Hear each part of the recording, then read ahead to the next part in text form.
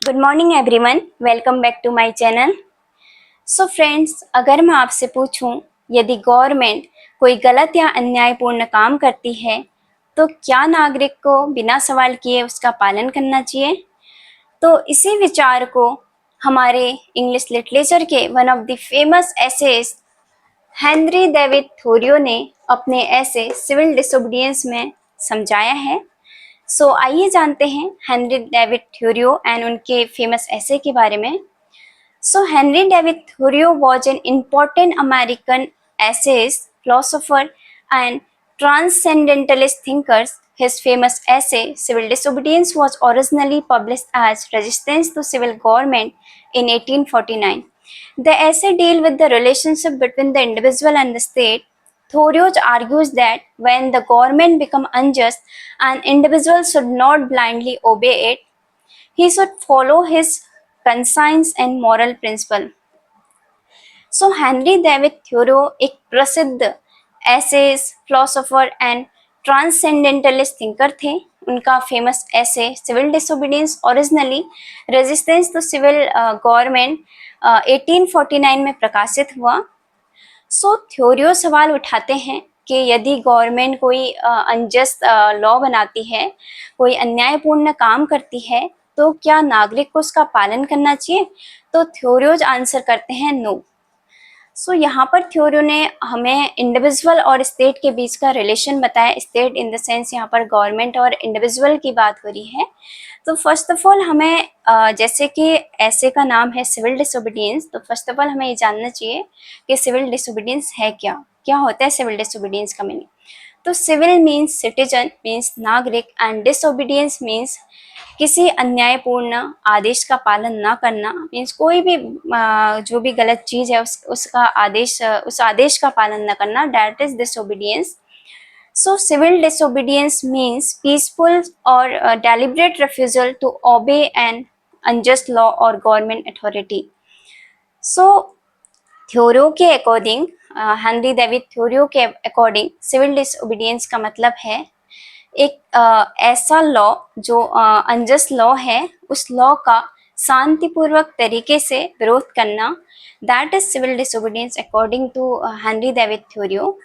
Civil disobedience means यदि सरकार या कोई व्यवस्था कोई अन्यायपूर्ण कानून बनाए तो नागरिक उस शांतिपूर्वक तरीके से विरोध करें और उसका पालन करने से इनकार करें। यहाँ पर थ्योरियो ने वायलेंस का सहारा नहीं लिया। थ्योरियो का मानना था कि यदि सरकार कोई अनजस्ट बनाती है तो हमें उसका शांतिपूर्ण तरीके से विरोध करना है। अब सवाल ये आता है कि थ्योरियो ऐसा क्यों कहते हैं। थ्योरियो का मानना था कि यदि गवर्नमेंट कोई अनजस्ट लॉ बनाती है तो हमें उसका पालन इसलिए नहीं करना है क्योंकि वो गवर्नमेंट है, क्योंकि गवर्नमेंट जो है वो जरूरी नहीं कि हमेशा सही हो। गवर्नमेंट से पहले इंडिविजुअल आता है, देन गवर्नमेंट एक इंस्टीट्यूशन है, वो इंडिविजुअल से ही बनती है। यहाँ पर थ्योरियो कहते हैं कि हमें अनजस्ट लॉ का विरोध करना है पीसफुली, और यहाँ पर हमने अपनी कंसाइंस की सुननी है, मीन्स अपनी अंतरात्मा की सुननी है कि क्या सही है क्या गलत है। यदि कोई चीज़ गलत है तो हमने उसका विरोध करना है, यदि कोई चीज़ सही है तो हमने उसका पालन करना है। थ्योरियो खुद अमेरिकी सरकार की नीतियों से असहमत थे, जैसे स्लेवरी, मैक्सिकन अमेरिकन वॉर। उन्होंने इन नीतियों का शांतिपूर्वक तरीके से विरोध किया। इनके विचारों का प्रभाव Mahatma Gandhi, Martin Luther king जैसे नेताओं पर भी पड़ा। तो एट लास्ट हमें इस ऐसे से हम ये कह सकते हैं कि सेंटर आइडिया जो है इस ऐसे का वो है कंसाइंस। तो यहाँ पर हमने अब अपनी अंतरात्मा की सुननी चाहिए। तो हमें जो हेनरी डेविड थोरियो हैं वो ये कन्वे करते हैं मैसेज कि इंडिविजुअल को ब्लाइंडली अनजस्ट लॉ को नहीं मानना चाहिए। उन्हें अपना जो है अपनी कंसाइंस की आवाज़ सुननी चाहिए कि क्या सही है क्या गलत है।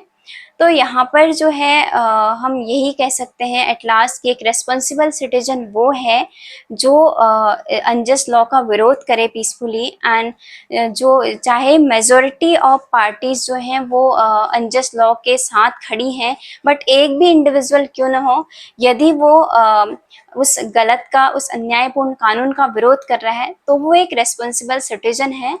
तो यहाँ पर थ्योरियो हमें यही समझाना चाह रहे हैं कि हमें हमेशा अपनी कंसाइंस की सुननी चाहिए। ये नहीं देखना है कि सोसाइटी क्या कहेगी, ये नहीं देखना है कि सोसाइटी अगर गलत के साथ खड़ी है तो हमने भी गलत के साथ खड़ा रहना है।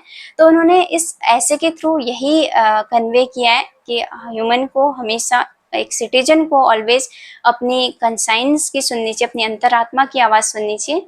तो इस ऐसे में इतना ही है। आई होप आपको ये ऐसे समझ आया हो।